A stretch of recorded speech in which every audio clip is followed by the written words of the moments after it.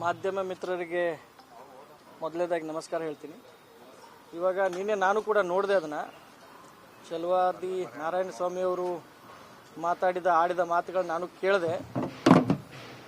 ಪರಿಷತ್ನಲ್ಲಿ ನಮ್ಮ ಸಹೋದ್ಯೋಗಿಗಳು ಹಾಗೂ ವಿರೋಧ ಪಕ್ಷದ ನಾಯಕರು ಕೂಡ ಹೌದವರು.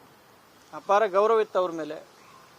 ಆದರೆ ನಿನ್ನೆಯಿಂದ ಅವರು ಆಡಿದಂಥ ಮಾತುಗಳನ್ನೆಲ್ಲ ಕೇಳಿದ ಮೇಲೆ ಎಲ್ಲೋ ಒಂದು ಕಡೆ ನಾರಾಯಣ ಸ್ವಾಮಿಯವರು ಯಾರೋ ಒಬ್ಬರ ಪ್ರಭಾವದಲ್ಲಿ ಒಂದು ಸುಳ್ಳು ಆರೋಪ ಮಾಡ್ತಾ ಇದ್ದಾರೆ ಅಂತ ಅನಿಸುತ್ತೆ. ನನಗೆ BJP ಮೇಲೆ ತುಂಬ ಕೆಟ್ಟ ಅನ್ನಿಸ್ತದೆ. ಇಂಥ ಒಂದು ಆಕ್ಸಿಡೆಂಟ್ ಪ್ರಕರಣದಲ್ಲೂ ಕೂಡ ಒಬ್ಬ ಮಹಿಳೆ ಇವತ್ತು ಆಕ್ಸಿಡೆಂಟ್ ಆಗಿ ಪೆಟ್ಟು ಹಚ್ಕೊಂಡು ಹಾಸ್ಪಿಟಲ್ನಲ್ಲಿದ್ದಾಗ ಇಂಥ ಒಂದು ಸಂದರ್ಭದಲ್ಲಿ ಅದನ್ನು ರಾಜಕೀಯವಾಗಿ ಉಪಯೋಗಿಸ್ಕೊಳ್ಳಿಕ್ಕೆ ಏನು ಪ್ರಯತ್ನ ಮಾಡ್ತಾ ಇದ್ದಾರೆ.